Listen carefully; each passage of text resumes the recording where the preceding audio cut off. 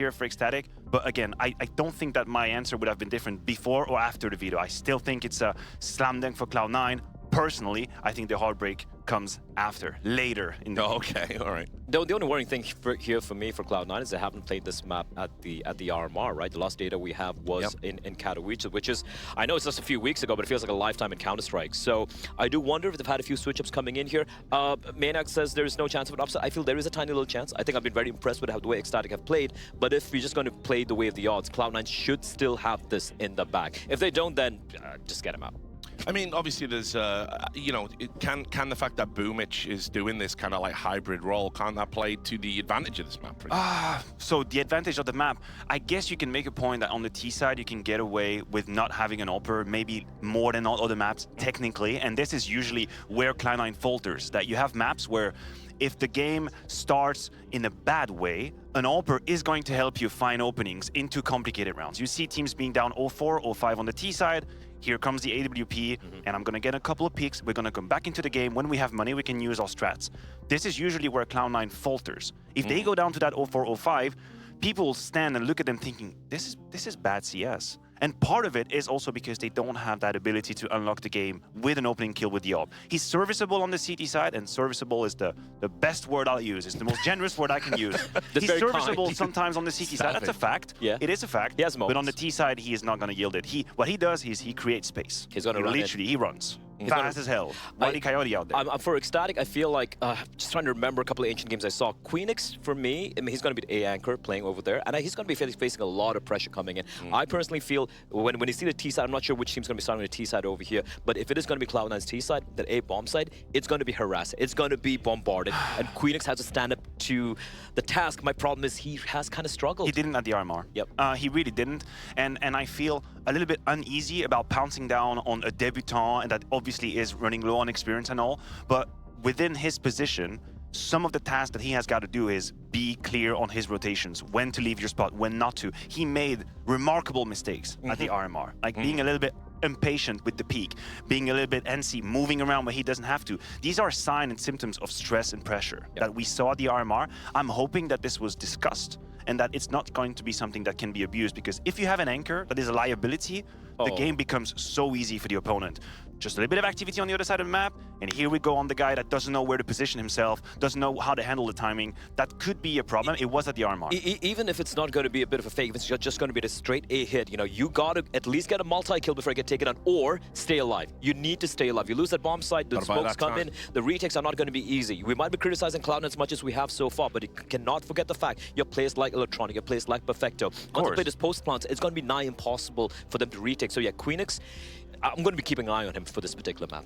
Yeah, I mean, look, obviously the stakes are really high here because ECSTATIC, you know, if they somehow get that upset win, suddenly they're looking at potentially an easier opponent. It could depend on how all the results go. And obviously Cloud9, I agree. I think they're under a unique kind of pressure than some of the teams that are here, because I think, yeah, there is a potential for a lineup change if this is a disastrous campaign. So, which you want. So, at this point in time, why do you hate them? I know, yeah, why? No, why? I actually am probably the only one that actually loves them truly, but you know, when you love someone, you have to be honest. You got to be cruel to be kind. Exactly. You got to be honest. If you respect someone, we're ready. set them free. I wish I did that in my relationships. It's the first game of the Copenhagen Major, and this one is going to be brought to you by a local hero himself. You might have heard of him. It's called Anders, and he's going to be commentating with the Swiss Army knife of esports, Jason Moses O'Toole. How are you doing, fellas? Well, Jason, how are you doing? We're back in the mix. We're back in the chairs. I'm doing great. I'm doing great. I'm just excited to get this one underway. Pissed Around is live. Cloud9 taking on ECSTATIC to kick off the Copenhagen Major. Cloud9 going to be starting on this T side, attacking into the ECSTATIC defense. And, oh, we got dualies. The dualies Major, we'll call this one. It's about time. I know you're one of the original, along with Get Right, that really was, you know, talking about the dualies before anyone else was. And here they are being used. Actually, we've got two sets of dualies. So attacking into that, especially the elevated position, could be quite tricky, I reckon. There's some options here that Cloud9's going to be creating as they come out mid. And a little bit of a duel with the P250. Patty's going to be held at bay. Doesn't want to commit, swings very wide. Now you're committed, now you've gone down. Deep smoke in towards Donut as well prevents anyone from shifting in a position to help out. And this split towards the A bomb site is looking real strong. at Boomich with all that utility. A smoke and a Molotov. They can clear out so many positions. Oh, they can just get the headshots. I guess that'll get the job done as well. Perfecto to take down Salazar to begin with. A 3 versus 5 before they even get close to the bomb site. That's pretty sick. I mean, what a start. Hobbit swinging around and shooting Queenix right into the back of the head. This is done. There's absolutely nothing ECSTATIC could do in this round. No, they got wrecked, completely outplayed. I mean, the individual decision-making, Patty really committed to that fight over in Red Room. Donut is smoked off. Even if it wasn't, he had no teammates there, so that's a huge overcommitment. And then losing the middle of the map in that fashion is so hard to recover from for ECSTATIC. You had like the little one-tap from Perfecto out towards Temple. That doesn't help anything. No, it's disappointing because you had the setup for it, but they were expecting for the A attack to come through the main tunnel, and obviously not from the donut position. So a little bit of a start here. I think this is, that's the first slip up. This shot though, so dirty. He's just sliding into it. All right. Nicely done from Perfecto. Double kill from Hobbit. That's all she wrote. So 1-0 for Cloud9, and they're going to get the advantage heading into round 2. And looks like we're chilling. Looks like we're going to start this round over as everyone hangs out. Yeah. Can't really disagree. Boom. It's done quickly. I've got to say, how do you feel? You're a local hero. Local hero. He called you an it as well. Yeah, that's true. It is a local hero. It's a local. I'll take it. Whatever praise I can get, really. It's a low bar for Anders Billum. Yeah. I guess it is local. I always think of Copenhagen as being quite far away, but I only live 30 minutes from here, so I guess it's not that far. But just in Danish terms, a 30-minute drive is a long time, I reckon. I realize in the US it's different. Yeah, no, I think it's more just I can't really name another city other than Copenhagen and Odense, really. So I think fair. Everyone's just from Copenhagen if you're Danish. Yeah, I think that's reasonable. I mean, it's about true. Like 1.5 million people or something live in the greater Copenhagen area. Okay. Out of the 6 million that exist in the country. Yeah, so that's a decent chunk. Yeah, it's a good bet anyway. Like, you're probably right on if you say that. Well, who do you have winning this one? Is anyone going to pick anything other than Cloud9? Like, it's going to be hard to justify that, I think. I think we're going to have a lot of those. Yeah, I'm going with Cloud9, just to answer your question. Yeah. That'd be my pick as well. I think it's going to be hard, especially in this opening stage. There's some tricky matchups in this opening round. This just doesn't feel like it's one of them. This one doesn't feel like there's a whole lot of win conditions for the ECSTATIC side of things. Outside of some massive underperformance from Cloud9 and a massive overperformance from like an individual on ECSTATIC that you'd really need, it just seems like there's too many things that would have to go right. One of these type of matches where the best of one format probably is super helpful to ECSTATIC if they can have that one, right? Because, at least you can have one sick map that nobody saw coming, but obviously winning a full best of 3, I think is going to be a little bit of a different matchup for them. Sure. But they did perform really well at the RMR. I mean, I was impressed. I thought, there were a lot of other Danish teams that we thought were going to go through. So yeah, and more power to them. Yeah, they didn't exactly work out that way, did it? No, it didn't. I don't know why it has to be that way. It is interesting having this be like the main Danish representation at the first Copenhagen major. It's like that time. You remember when DreamHack put on that thing when they had like 3 different Swedish teams playing? It was like a Welcome to Sweden vibe. Like one of the first Malmos or something? Yeah, well, this was in Stockholm. They had like one with Fnatic and NIP, and I can't remember what the third one was, but it's like a whole thing and like welcome. Like I think very games where they're playing, it was like a whole, they were like, yeah, we're Swedish. We're at the top of Counter-Strike. You can come chat, and they all just got blown up. That was like real early in CS:GO. That was like 2015, 14, something like that. Yeah, it had one of the hypest intros that's been made for a really long time. Like I'm gonna tweet it out after the game. I'll remind everyone. It's so sick. Here we are though. Some restarts are coming in. Hopefully that means we are hopefully good to go in a couple of seconds here. Yeah, they were just running around spawn, shooting at the walls, making sure everything feels good. And yeah, this reset, we'll see what they start buying. Looks like it's going to be potentially good to go. Nope, I'm wrong. Wrong again. How's your vibes currently on the map of Ancient? Are you enjoying the map still? Yeah, I love it. It's kind of, I guess, a little bit. I mean, I like the way it plays a lot. One thing I don't like is like the spawn changes back to what like they originally were. Yeah. Into CS2, I would like to see them go back to the reverted, like a little bit more aggressive. So there's a little bit more chance for like meeting in the early round. It feels like we've gone back to that world where teams frequently sit behind utility. Yeah, true. The nade blowing up in smokes obviously helps alleviate some of that, but it's not like an every round occurrence always that you're going to challenge through that.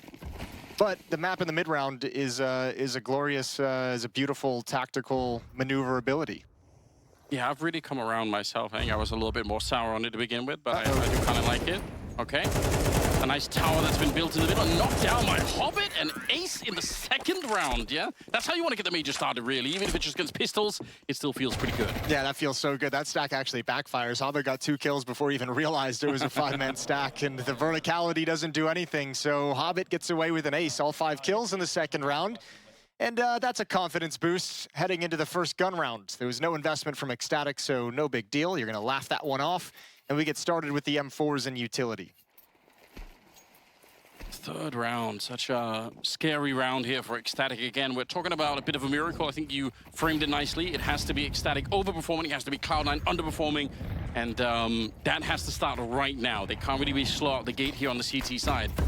Deep CT smoke at the double doors, but nobody's going to work with it. Boomic is going to lead the way. Perfect flashbang, but good job holding on. M4's doing some work. There's a lot of bodies here from ECSTATIC. Dragon coming in, takes down one. He knows there's a second one back there, but he can't beat Axile to the punch. Dude, there's 4 CTs. Look at the X's on the minimap. 4 CTs where they died inside the bomb site. If you cannot hold this bomb site with 4 defenders, woo, that's bad news for the rest of the map. There's nowhere to go, right? Like, I guess there is, you could put a 5th player in there and just not defend the rest of the map, but obviously that's gonna feel really, really bad. Phoenix already smoked out, flashed out. They have another Molotov behind it even. Actually does get a kill on Axile through, but I don't think it improves the situation that much. He's got no kit. Should be able to do this. No kit as well. He's just got to risk it. Yeah, has to go for it. Puts up a bit of a smoke. He's got the grenade up, trying to jump his way through, but Electronics on the other side.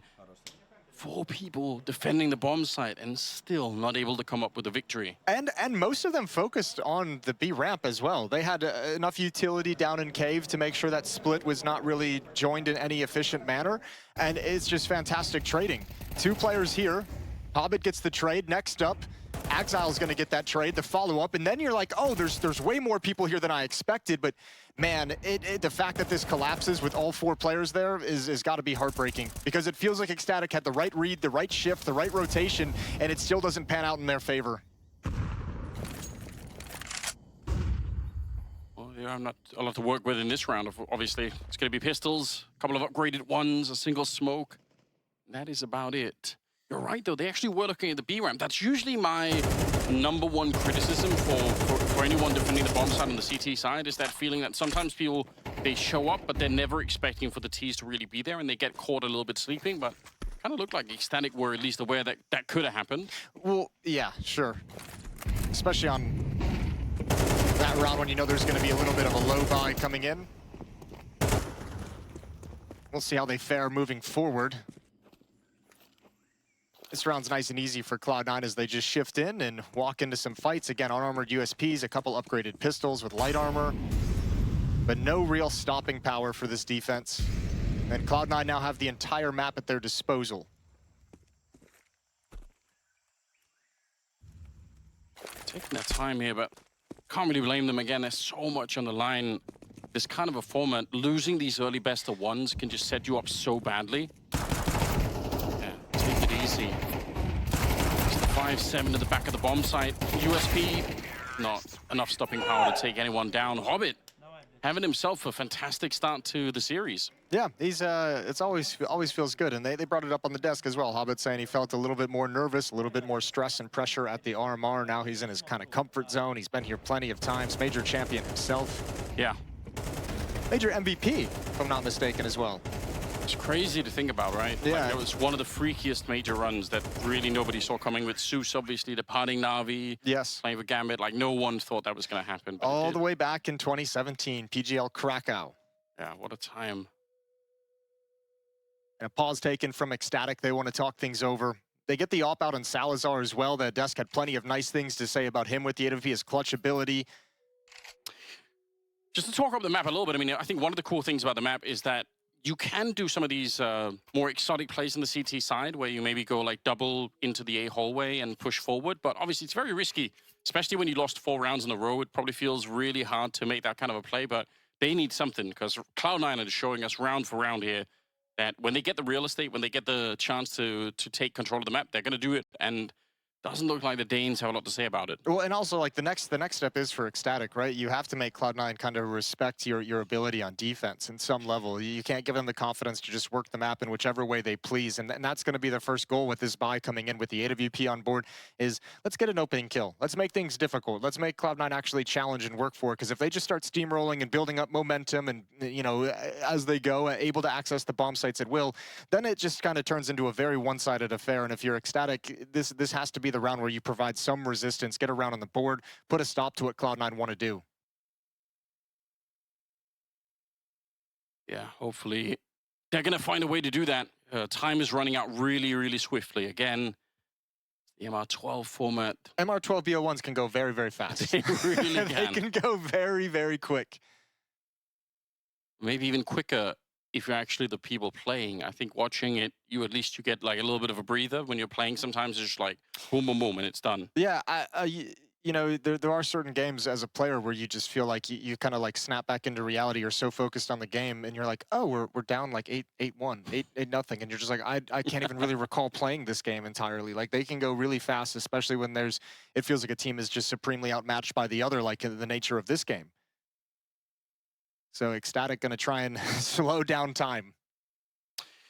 Yeah, like if you're driving, you know, familiar road and you're like, how did I get here? Did I just autopilot like for a couple of kilometers? There's a name for that phenomenon, I like think with the automatic driving, where like you don't even realize, you're like, I haven't really been paying attention, but my brain is doing it. I haven't killed anyone yet. Yeah.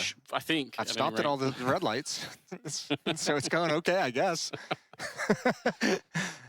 Yeah, just to make sure everyone understands. That's not how you want to be playing the major. Not how you want your first game to go. You kind of want to, you know, want to have more agency inside of the game than just being kind of rolled by Cloud9, which is pretty much happening at the moment. I will say this on the other side, though. It's good to see Cloud9 with some confidence and just playing better, because for a while they look like they've been struggling for no real reason. It's been very frustrating to watch. I mean, let's frame it like this, because the reality of this Cloud9 team, obviously, when they made the roster changes during the break after the last major, bringing in the Na'Vi guys, held to be like the next big super team, like hands down the biggest roster changes of that time, and expected to propel them to like a top 3 team that's going to be challenging for every trophy.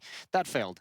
And they've obviously had Shiro depart the roster. They've had Boomich come in, brought an in-game leader. The conversation around them now is the lack of an AWPer. But realistically about this Cloud9 team is this has to be a good run from them at this major. Like, if it's not, then changes are going to have to be made. You're gonna have to find a way to bring an AWPer and bring somebody in who can have an impact and turn the fortunes around. So, I mean, not just in terms of, you know, wanting to do good at the major. This one for Cloud9 has massive implications of what's to become of this roster and the organization moving forward.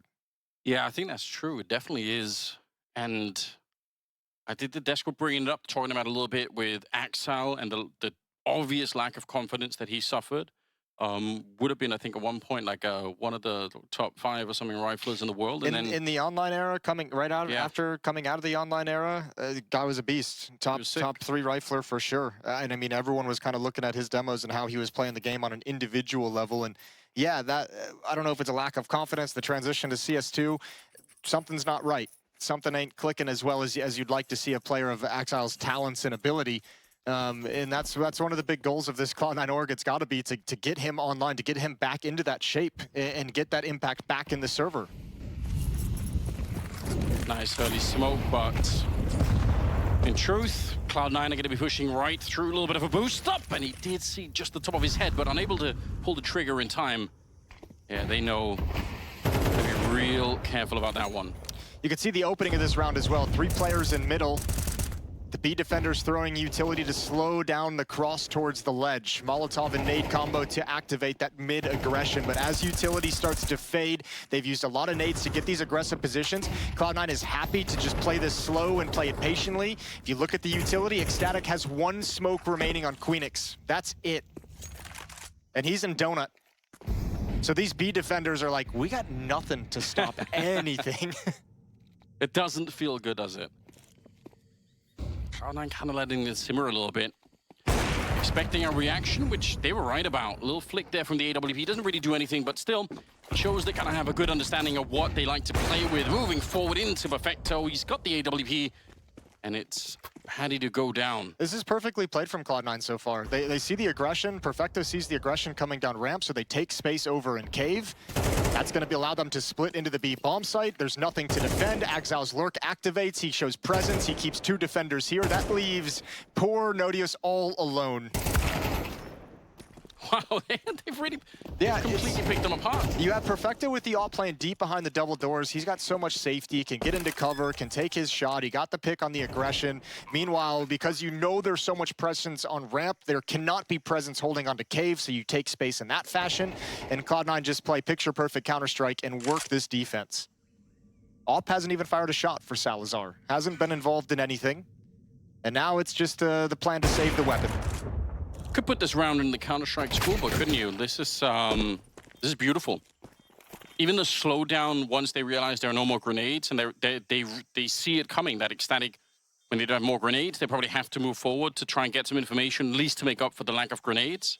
They do, and they kind of get caught doing it. Damn. Wow. All right, Hobbit came to play. Yeah, you could say that again. He's 12-1 right now. Obviously, 5 of those kills in 1 round, but still. 7-1 still ain't bad if you take the fluffy ecos out of it.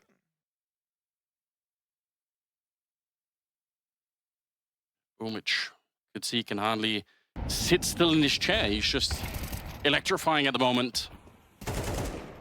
Some of these kills are even fairly pedestrian. Shooting a guy locked in a corner. It's the nice thing, 1 versus 1. It's the nice thing about playing just a really smart tactical game is that it does make your job easier down the stretch. Yeah, we're not talking about huge clutches or anything crazy like that.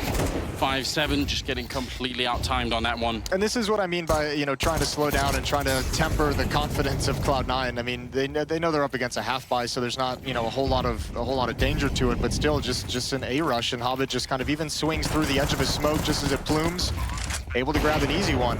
ECSTATIC's going to come in and try and get some kills in garbage time because this round is not going in their favor. Yeah, I mean, that's... We'd be happy right now if they get a couple of kills and steal a rifle. Like, that's kind of the bar is set so low right now for ECSTATIC. Just do anything at all at this stage of the game. It's already been too much. They've already lost control. If he can grab an AK-47, that ain't bad at all. All things considered, he has a smoke to cover him. He walks up and gets it, and he's looking for anyone to exit. So he should be able to hold on to this AK-47. Bomb's going to go off. Wants to do a little bit of nade damage to cause the explosion to take down Electronic. Oh, and he survives with 3, but Axile does fall. And a good recovery of the AK-47. So something to be happy about for ECSTATIC. It's a real thin silver lining here, I'm not going to lie. But, yeah, we'll give it to them. We're scraping the barrel. Looking for anything that we can. It's like, please, something that we can say that's gone in their favor. It's been very, very thin at the moment. 6-0, leading into the round number 7. Paddy with no kills. Kragen and Salazar there with 1 kill each. 2 on Queenix and Nodius. They're averaging 1 kill per round. Just put it that way. 6 kills across the entire ECSTATIC team, so it's not pretty. It's not great. No. This time they go for control of B lane. And Cloud9, it looks like they have an indication. Hobbit and Boomich fell away from the double door, so Hobbit will come back into a lurk position. A lot of resources for ECSTATIC again on this side of the map, and Cloud9 is going to start progressing through A main. Salazar's got to find a way to get this AWP in position to have impact on the round.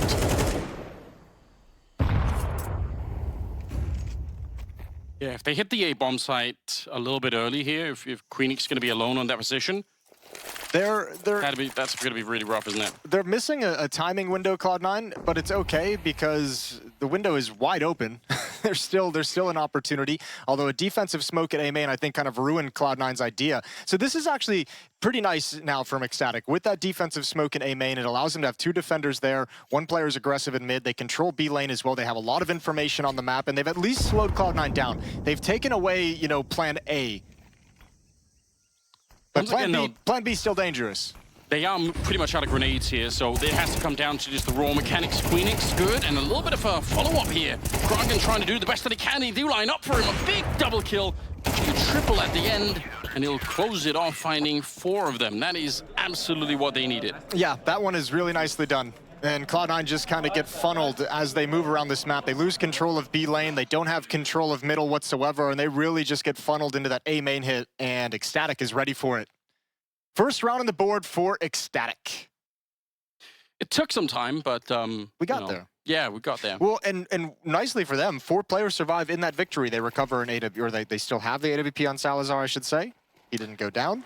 But 4 players surviving means like you're not in that immediate danger of getting reset. You've got plenty of money to work with. It's built up on a couple players, so now you've got some room to work with. And Hobbit just barely survives. He still goes for it, but an easy kill even while blind for Patty. Yes, really well done. Another good flash setup there with Boomich. Gonna get found in the middle of it. And now you have to hit this timing if you're Cloud9. Yeah. You have to. You have no other options. If you can get a clean kill on Queenix. That's what they're hoping for. And his job, just stay alive in this position. Just whatever you do, don't go down for free. Smoke on top, Molotov as well. He's playing it right at the edge, trying to optimize this one, but there's a flash to follow it up as well. Axal's a pretty good kill.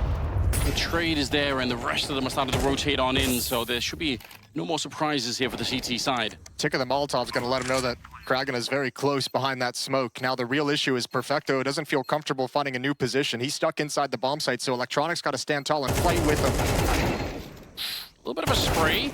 If that would have been an instant headshot for Electronic, maybe it's a different round. But all right, second round for ECSTATIC, and they keep 3 people alive this time. Yeah, that's really, really nice. I think you're exactly right, though. Queenix committed around the edge of that smoke. That could have gone way worse. Got on Kragan to get the rebuttal through the smoke to help alleviate some of that pressure. Very different retake if there's 3 Cloud9 players alive and they feel comfortable falling out of the bomb site after the plant. But that's 2 in a row for ECSTATIC.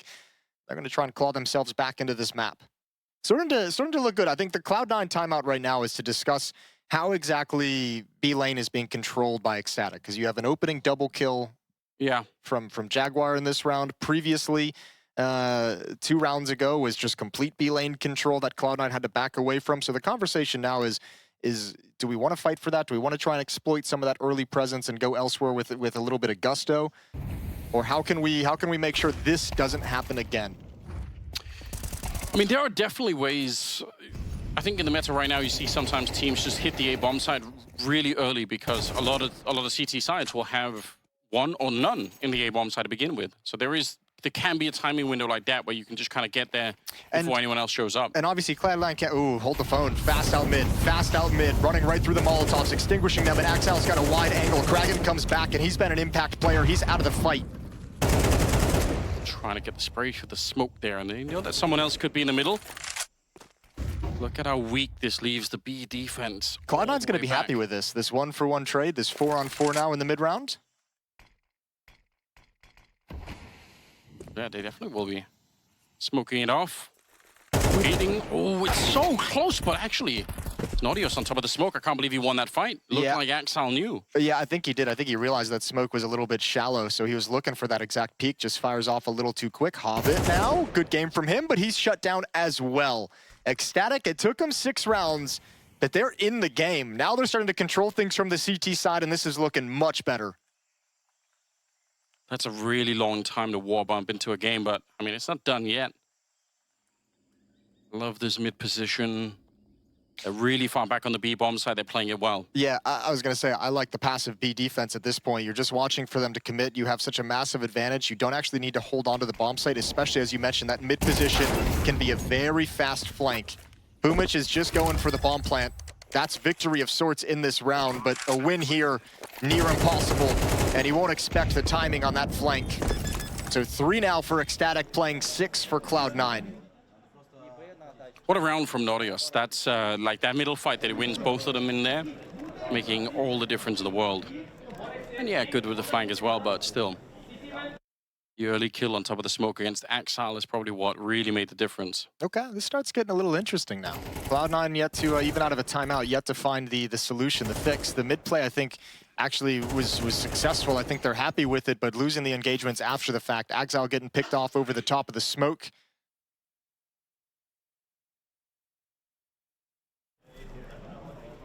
But ECSTATIC creeping closer to making this a game. Challenging for this map. Hey, it was starting to feel like one of those games that you're just like, oh, okay, they never showed up, on to the next. But happy to see that they are waking up just a little bit. The individuals here, a little bit slow to start on the Danish side. Still hadn't really seen Salazar with the AWP do a lot. Yeah, I was thinking the same thing. We saw during the RMR, we had some great rounds out of him. There definitely were times when he went missing on during the RMR as well, but I feel like once he's firing off, I mean, it's a decent map for it. Well, it's also, it's no necessarily huge criticism on him. If you think of the way this map is played, obviously Cloud9 just, 6 rounds in, there were only 6 kills total on ECSTATIC going into round 7. But then after that, the success of ECSTATIC's defense has been controlling B lane aggressively, controlling mid aggressively, and the op just not involved in those kind of plays, right? Now we get an explosion towards this B bomb site. Boomich trying some shock and awe, and he's gonna make his way in. Could there be anything more Boomich like jumping through the Mac 10 as everyone is flashed on the other side? But look at this. It's a pretty good comeback into the round, actually. Kragan, look at it, see if he can do it at range. He's going to beat that Mac 10 every single time. Axile on his own, shot in the back, didn't even have his rifle out. What a recovery from ECSTATIC. They were going to lose that round. Yeah, that round is one. I mean, the one kill, we just called his name, Salazar. Taking down Boomich and making sure he doesn't get killed, making sure that Cloud9 can't control behind the cube on the CT side of things. That bails them out massively. Alleviating that kind of a pressure with that kind of aggressiveness from Cloud9. Obviously, Patty, who's been aggressive in towards Jaguar, is able to get a quick flank down lane, hold for Perfecto to lurk through that smoke last as the trailer. And all of a sudden, ECSTATIC's within 2. Okay, yeah, now it's getting a bit more interesting. They're saving the game for us, and we appreciate that. First game of the major. First game of the CS2 major, mind you.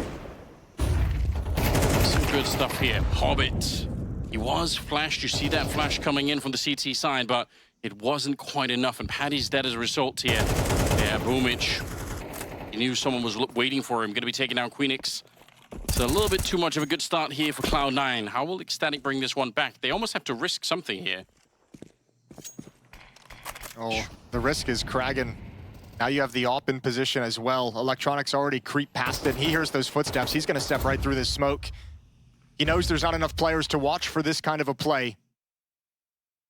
And with him in this position in Red Room aggressively, Cloud9 can now just kind of pause and wait, look for that response that you're mentioning. And once they see what the response is, then Electronic can put all the information together and make his play. Yeah, very, very patient here.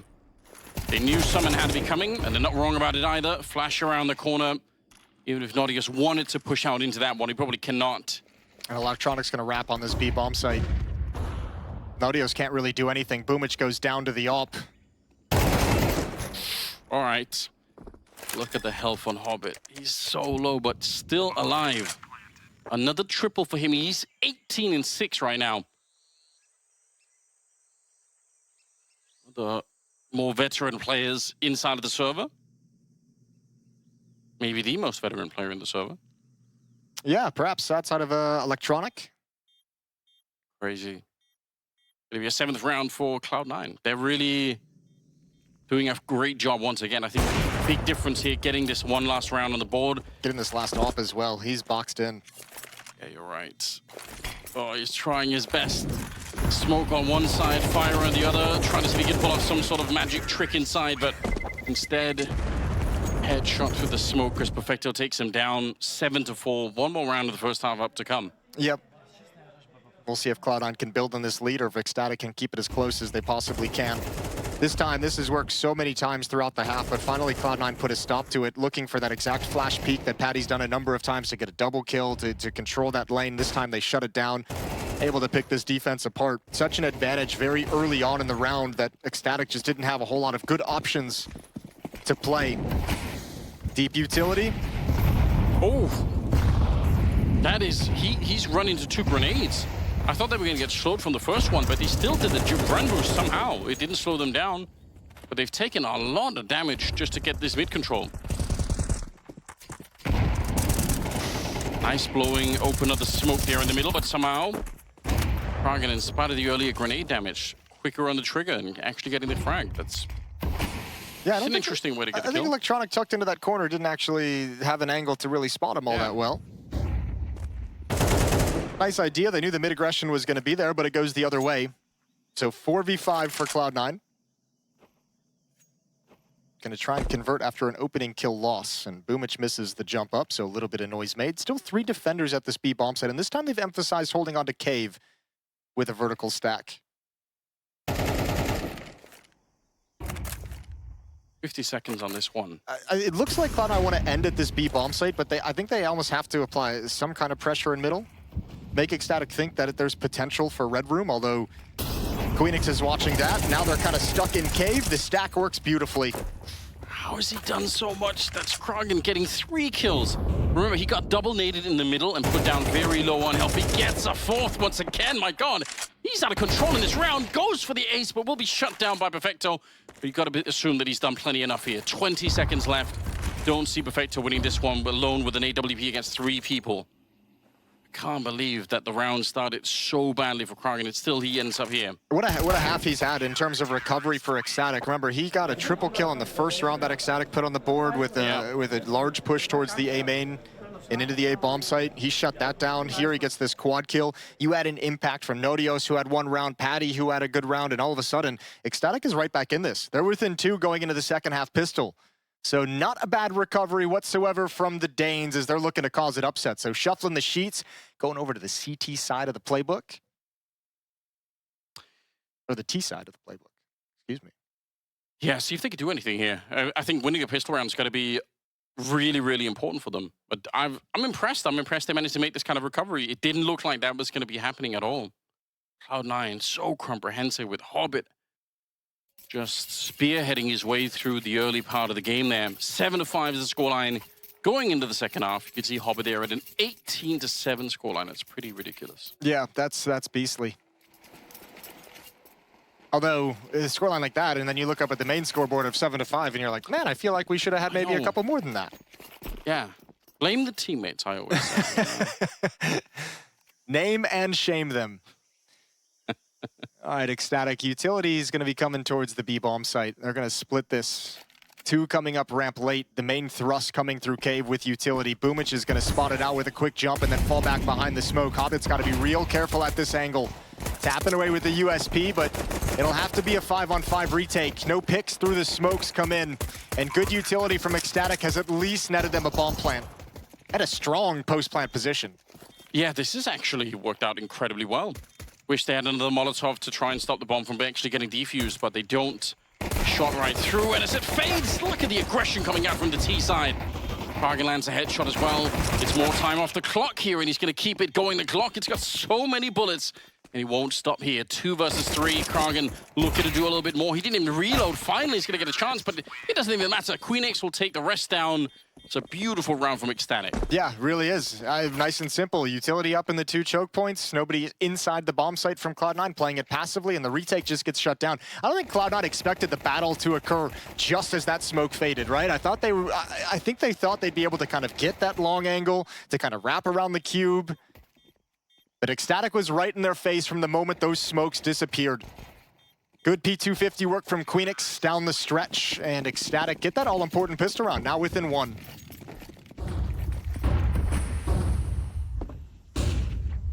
You're all right, though, if you look at the rest of the scoreboard. I mean, I think especially Perfecto and Electronic look like they're a little bit out of place at the moment. Electronic on just 2 kills. If you think about, again, pedigree of player that he is, you expect that he can step it up, and maybe he will in the second half here, but kind of need him to. Another player who had the in-game leader responsibilities that he switched into from being a star player, now trying to find his game back. It really hurts some players. Those decisions from stars to switch into IGLs always makes me nervous for this exact reason. Just 1 game, so we're not taking too much from it. Oh, that from Salazar, if you see that in slow motion, that's going to look sick. They ran into the shot, I think, on the second one. But yeah, pretty... This gets interesting now. I mean, in a world where not a whole lot of us saw room for an upset win. Yeah. Let's see how these first gun rounds go, but ECSTATIC have themselves in a great... Considering they started down 0-6, pretty wild to consider. Well, they're making a great case for themselves right now. They really are. 7-1 run for ECSTATIC to get to this point. 3 FAMAS on the board for Cloud9's defense. They prioritize a little bit of utility.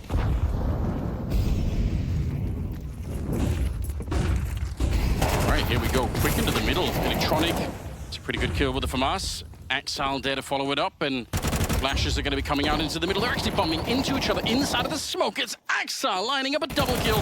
And Nautilus, he'd love to do more, but the truth is, there was even a player behind him. I don't think he could have done anything there, but that's so much chaos. With that little bit of a distraction from Boomich, like the noise, tagged him through the smoke, even bumping into him, prevents him from actually crossing that smoke in time to join up with the mid-hit. True. So it seemingly just inadvertently worked in the favor of Cloud9, and give some credit over to Exile for a good job holding the smoke deep in. Him and Electronic working together to man that mid defense, and it works perfect. Yeah, big boom, bodyguarding the actual lane. Just can't get through, that's frustrating. Well, like you said, wait to see the gun rounds. We've seen one of them now, and obviously with Cloud9 winning it in that fashion especially, makes you think that it's maybe their time to start to come back into it a little bit more. Exile's going to be asked for a little bit more as well. That's a good timing on the Molotov as well. Smoke is coming in. That's going to buy, what, 6-7 seconds for teammates to shift and rotate over. And now Electronic, it gives him time to get in a position and lay down a smoke, so the hit's going to be uncomfortable for ECSTATIC. Oh, speaking of uncomfortable, the Molotov right on top. It's Exile, the spray. It goes on forever, but he can't find the second kill. Still a 3 versus 3. Good position here from Kraken. You can see he's on lookout as the bomb is getting planted on the other side. 3 versus 3. Oof. And Nautilus, yeah. It's the sound you make when you see the comeback happening. Nautilus, timing is everything here. He's going to find the kill against Hobbit. Boomich alone with the FAMAS. He knows where one of them is. He probably guessed where the other one is. Going to pick up the kit, but is it going to be quite enough? Oh, he's going to go straight for it. Just no way. Not even faking it. He will get checked, but that's a nice idea. I was a little bit worried. Smart play from Salazar, though. He tucked himself into A main out of sight. He just said, I'm not even touching the keyboard for a little bit. Nice flank to get that kill. And ECSTATIC barrel through some well-timed defensive utility from Cloud9. It does not dissuade ECSTATIC whatsoever. Fantastic trading coming through. Exile couldn't handle the spray for a double, but this flank really sealed it.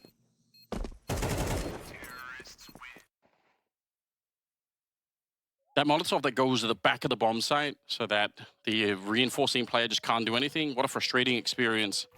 Yeah, you have, that's like such a critical Molotov. That headshot angle can be so tricky if he's able to get into cover, peek at will. You have so much attention waiting for the re-peek, and that's where his kind of teammates and his reinforcement can have more impact. So forcing Electronic to commit to a fight out in the open at range.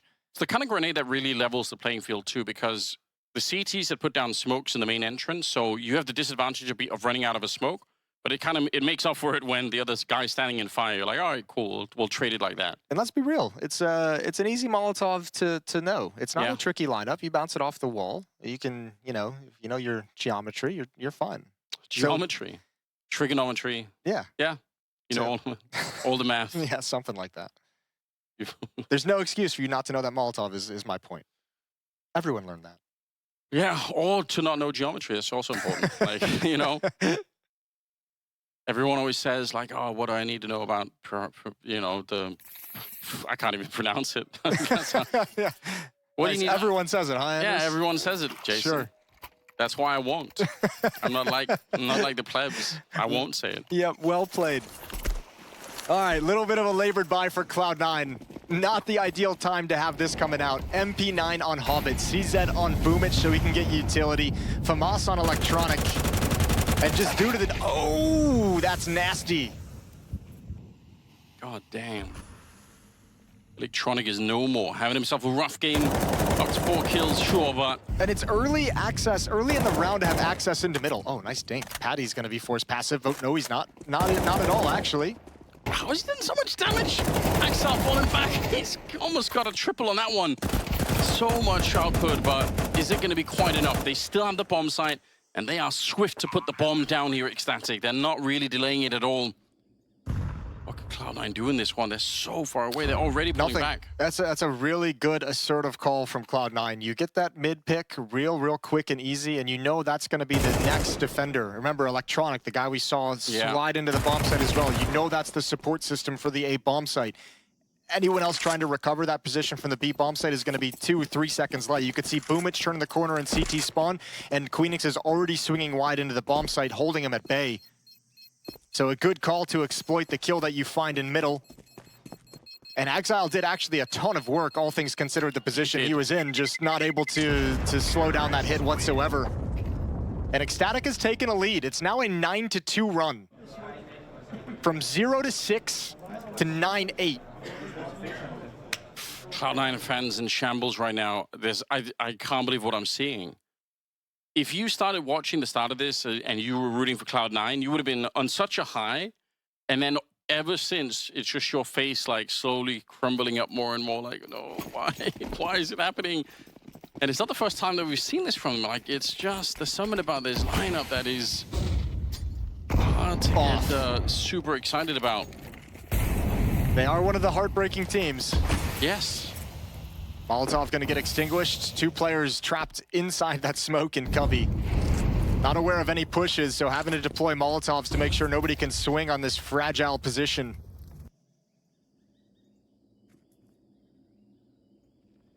At least they have the AWP and the AK saved from the previous round, so that's very helpful. Yeah, true. But also, this is the team that we kind of criticize for not having a real AWPer. Yeah, it's in the hands of Perfecto, so yeah, it's a nice thing to have, but the idea that Perfecto is going to be the one with the AWP to turn this round on its head, that's quite a stretch. He'd love to be rewarded here. Hoping for the headshot on that spray, but not going to really get it. 3 people over at the B-bomb site. Perfecto in the middle lurking around with the AWP. He's going to get smoked off here. If he tries to beat the smoke and actually makes it, that's such a sick play, but otherwise he's entrusting the AK on the side to really do all the work. Remember, it's too much of a risk. All things in this round, if this doesn't go well, the AWP is just going to save. He's going to hustle over to the A-bomb site and hide, so they really need Hobbit to provide something if Perfecto is going to get activated. He missed the timing over towards ramp. Oh, the spray comes in. He can't find any of the kills. He's out of ammunition. Easy for Naughtios, and all of a sudden, all the pieces fall into place. How do you do so much damage and find no kills? 3 of them. They didn't even know what they were getting punished from. And they just kept walking in front of the bullets. If they had anything else here, it would have been quite doable to clean it up, right? And somehow they're just not able to. That is unfortunate. Like you said, the secondary objective here, save the AWP if you can, if it's at all possible. Perfecto.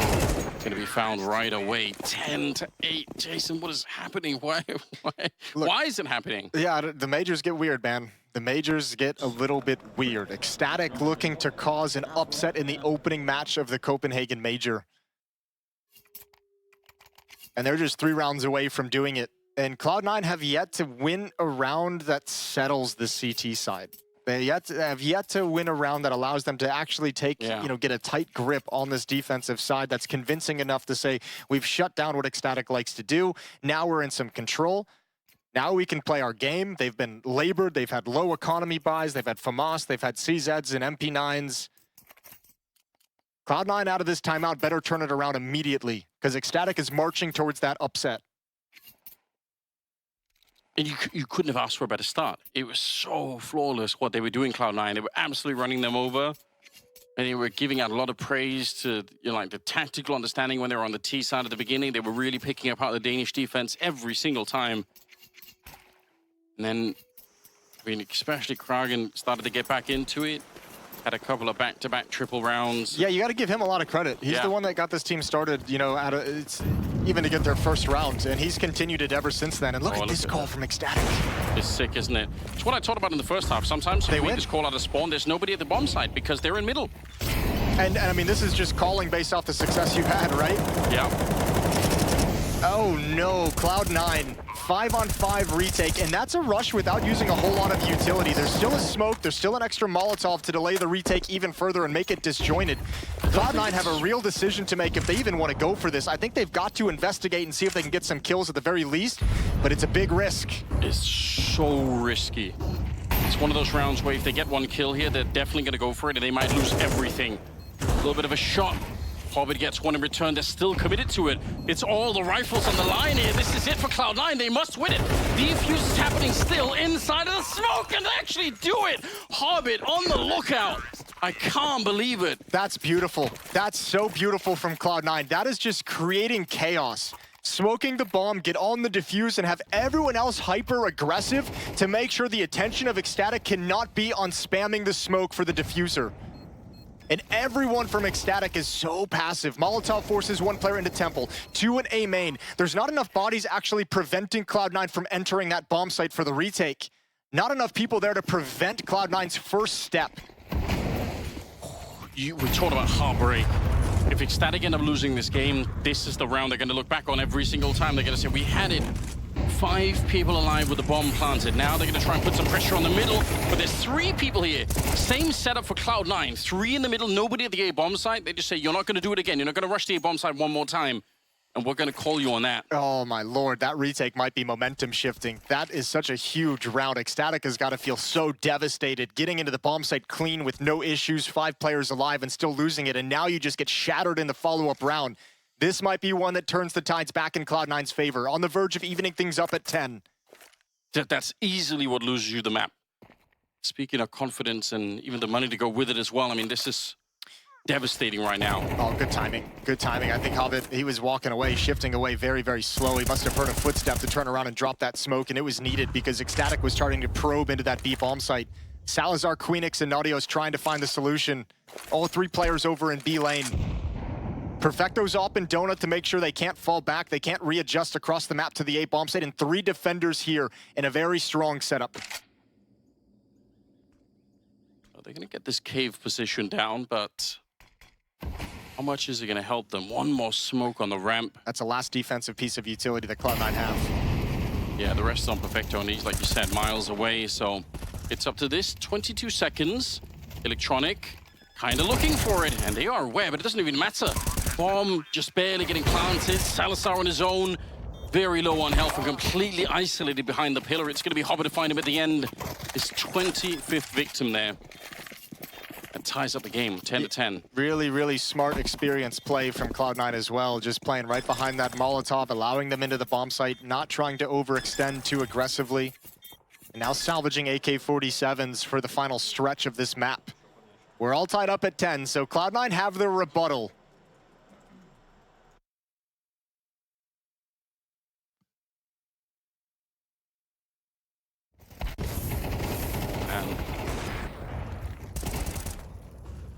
Pulling the same defensive play in back-to-back rounds, even if it costs you in the first one, just knowing that there's very, very slim chances that ECSTATIC would try and do the same rush again to the A-bomb site, and they were absolutely right. So, well played, Cloud9. Good understanding of what's going on here.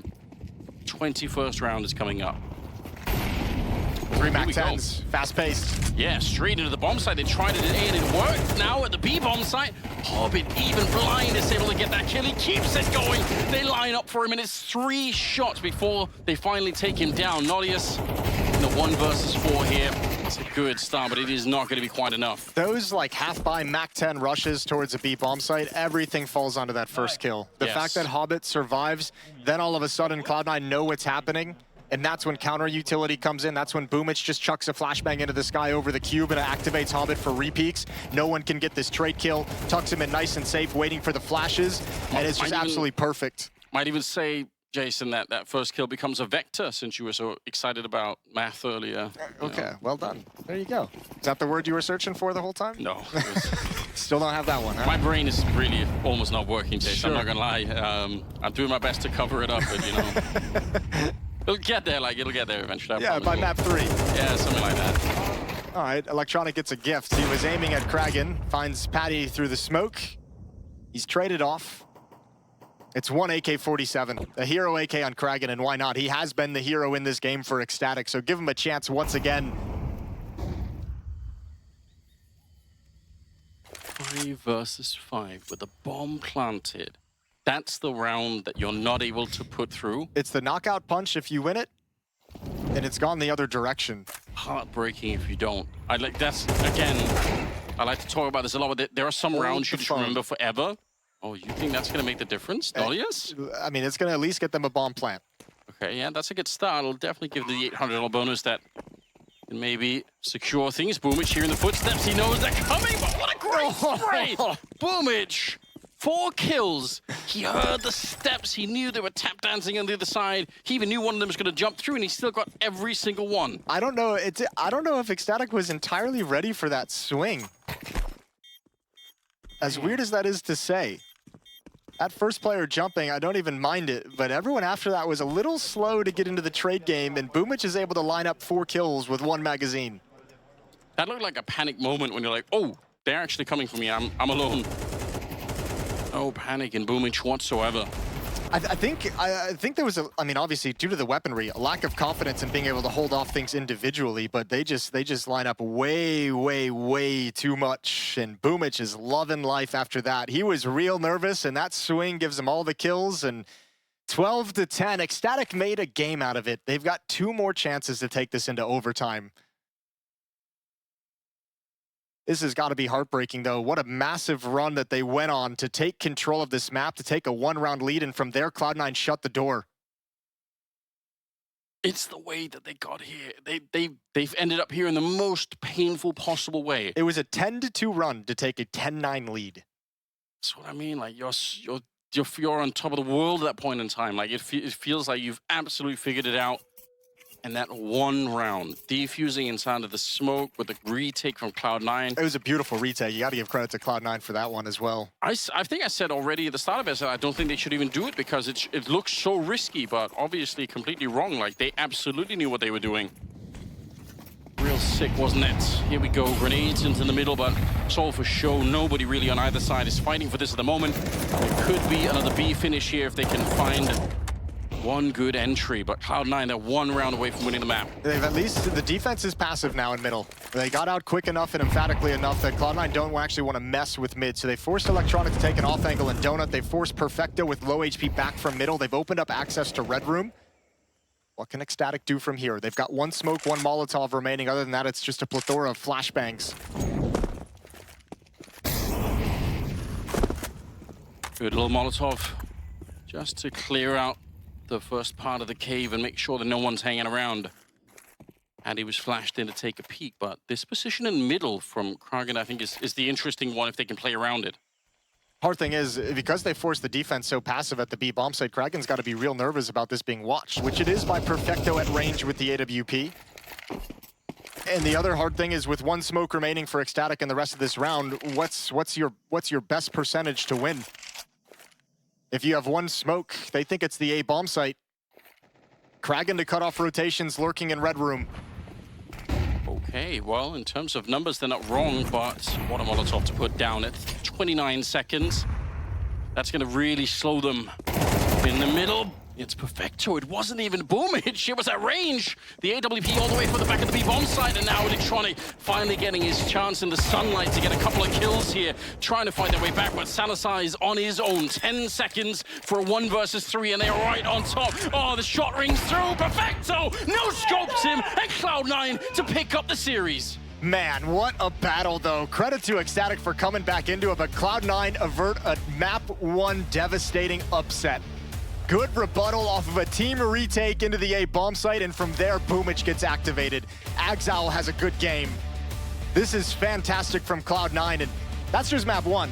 They got some nerves going early on in this major. Unbelievable work. I can't believe it. Yeah, they're going to think back on that 5 versus 5 round, like the bomb planted. That round is going to be living in their memories for a long time. Oh, ECSTATIC. I mean, every losing team always says it. You always hear the players say, you know, we had that game. We should have won it. ECSTATIC had a real reason to have that faith that they actually had this game in the palm of their hands. That 1 retake broke everything wide open. We've got the desk to talk us through it. Richard Lewis, take it away. Thanks, Jace. Good to hear your voice again. Wow, man.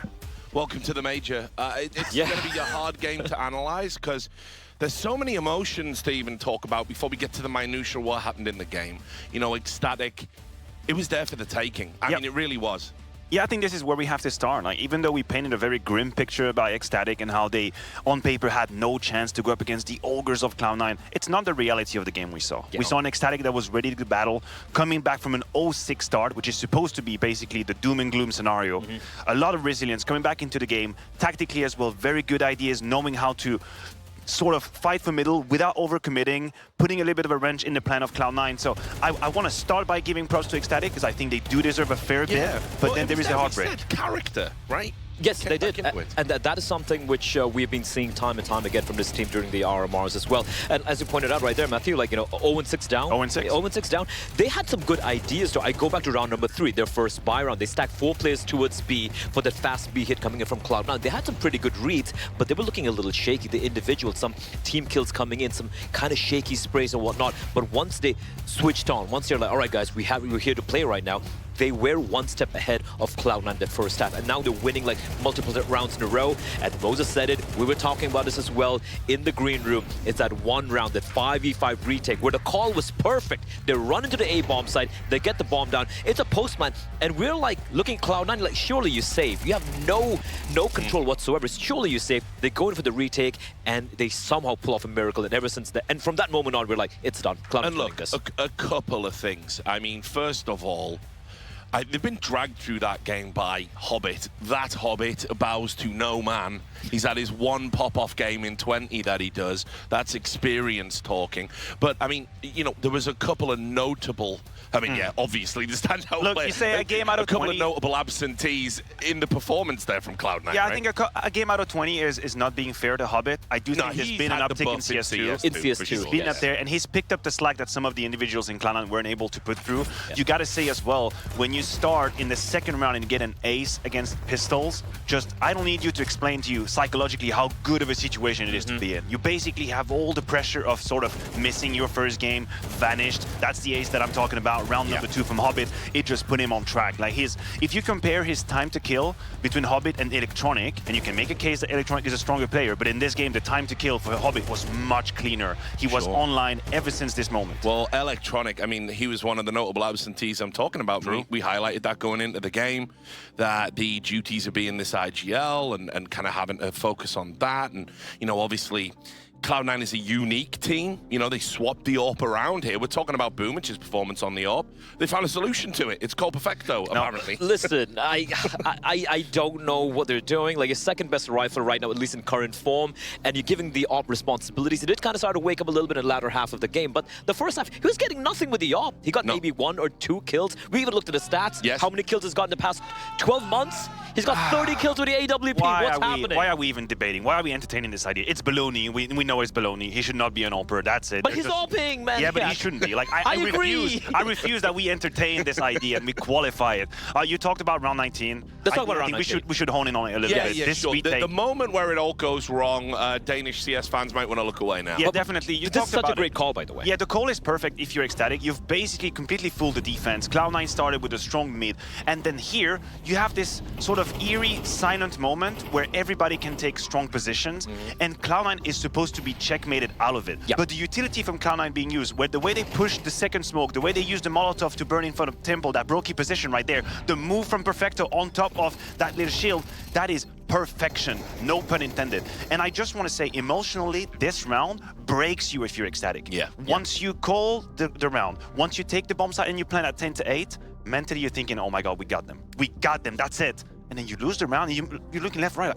And you lost the game. Did we lose the round? What? Yes. And they don't come And they didn't come back. They couldn't get a single round after that. And this is despite the fact they were able to get the bomb down multiple times after that. But mentally, they just seemed a little broken. And that's what the major does to you. Yeah, and that's where that experience really comes in, because now we need to see, okay, you're 0-1. You've got to totally just put that out. You just got to be woosah, You've got to forget that you were close to going 1-0 against Cloud9 and getting that easier game, predicated on one round. I mean, know. Those are the stakes. And this is where usually experience will help you distinguish between, okay, what is it that we've done correctly and we have to keep on doing, and what are the mistakes we've done. I think a rookie team can sometimes make the mistake of overthinking the loss and then overcompensate. No, just don't do any of that. Like, you lost one key round.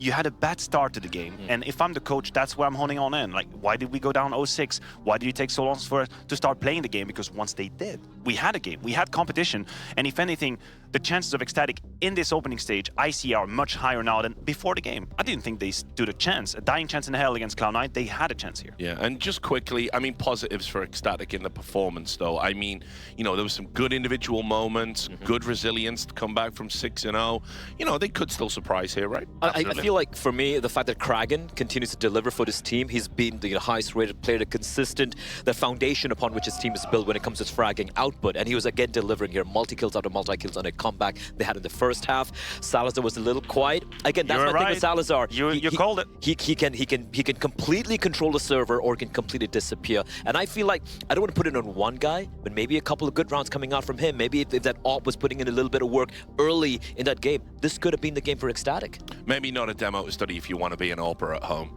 Anyway, we're going to take a quick break. When we come back, we're going to be setting up the second game of the day. We're going to see Glaive in action. So Danish fans, you want to tune in? We'll see you then.